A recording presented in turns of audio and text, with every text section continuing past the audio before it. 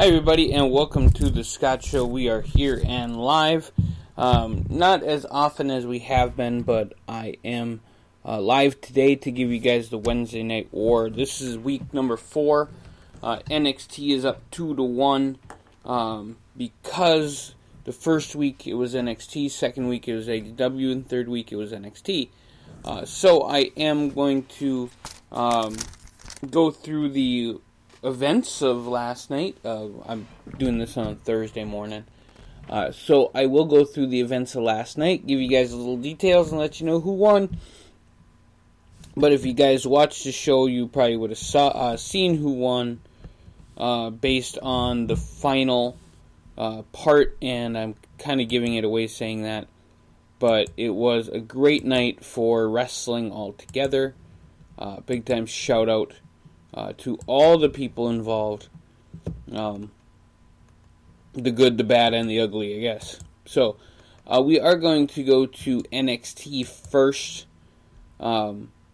Just because that's what I want to do.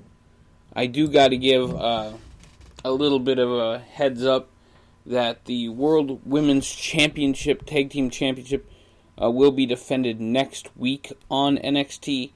I think they got ahead of the game by getting a big win there. So they had a number one contendership match that last night. So the first match and one of the biggest ones to me was Rhea Ripley versus Bianca Belair. Rhea Ripley won that match in 12 minutes.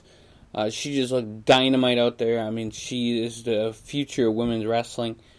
And the future is iconic. I figured you guys would like that one. Like people who like the show will enjoy that comment. But Rhea Ripley is your winner in the first match against Bianca Belair, kind of setting up a match between her and the NXT Women's Champion. It'll be interesting to see that match, but I'm going to go for Rhea Ripley all the way. I think she totally is the future. Matt Riddle wins his match against Cameron Grimes, 5 minutes, 20 seconds.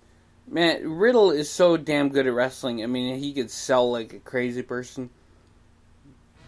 So, yeah, big time shout out to Matt Riddle, who wrestles barefoot. I can't get over that. It's just a trip. A 6-man tag team match, Breezango. That's Fandango and Tyler Breeze with Isaiah Swerve Scott. Okay, now let me give you guys a little insight.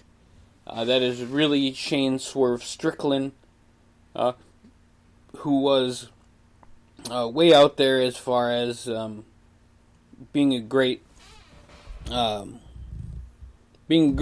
on the independent scene. Shane Strickland was one of those that you looked at and just thought it was great. Of course, he signed with WWE. And they gave him this stupid name. So I'm definitely not excited about that. Change the name back, please. Something. I don't know if the Shane Strickland was even his real name. But it's a hell of a lot better than what we got. It's just bad. Bad. So please change the name back. If I'm going to give you guys any points against that, that's what it will be right there. But Breezango and Isaiah Scott win the match over the Forgotten Sons, Wesley Blake, Riker, and Steve Cutler. Riker, he's a phenomenal wrestler. Take the Jackson or whatever name away from him. Just call him Riker and give him all the money. The guy he's awesome in so many ways, and I believe he's a former. I believe he's former military. So, yeah, big time shout out to that guy. And if I'm wrong, well then, I'm wrong, and that's just what happens.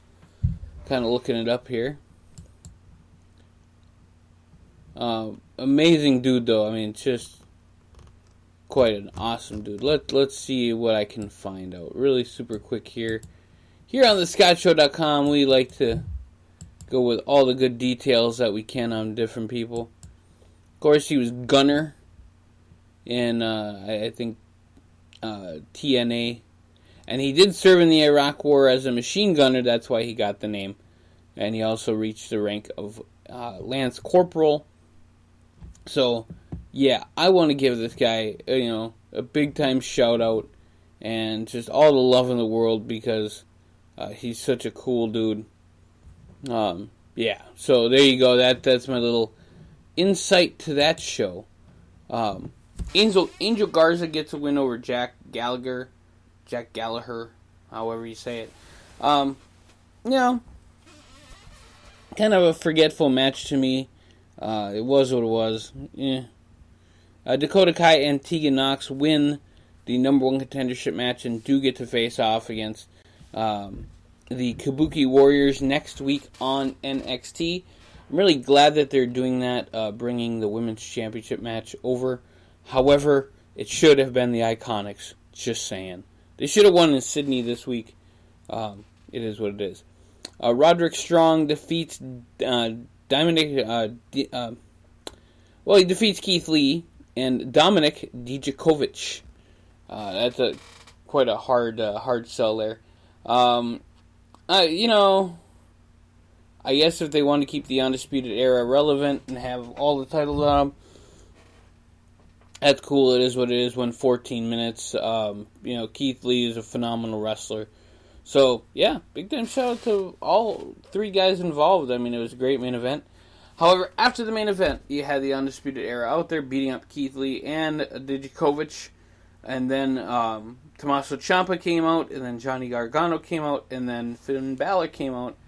I thought, hey, they're setting up for Survivor Series and War Games, and then Finn Balor turned heel on Johnny Gargano, which I thought was really, really weird. So check that out. The best part of the night was that on the NXT brand, the best part of the night was that. So Finn Balor turns heel. Did he join the Undisputed Era? Did he do this? Did he do that? You can check it out all on the WWE Network. Now, I got to give WWE a shout out for posting all of the things afterwards. Their opponents have not. So I'm going to get to that here in a minute. So we get to the other event that happened last night. That was the NXT show, folks. AEW Dynamite. And we're going to do this super quick here. Because I just found out I have to leave the house for a quick second. But we'll get to it really fast. So Lucha Brothers defeated Private Party. SCU defeated the Dark Order. So we have Lucha Brothers and SCU next week for the tag team titles in West Virginia. Weird. Kenny Omega defeated Joey Janela. 13 minutes of a waste of my time. The Young Bucks defeated the Best Friends in 11 minutes and 30 seconds. So combined, that's 25 minutes wasted of my time. Britt Baker defeated Jamie Hayter. And Jon Moxley and Pac get a time limit draw in the time of 12 minutes and 10 seconds. Yes, folks, a time limit draw in 12 minutes. I don't understand that. I don't get it. And I think that AEW has shot themselves in the foot like that to give us a time limit draw when it's not 10 minutes. You want to put the clock up there? Perfect.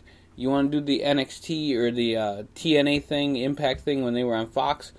Put the time limit on there. Perfect. Do that. Make it a big deal.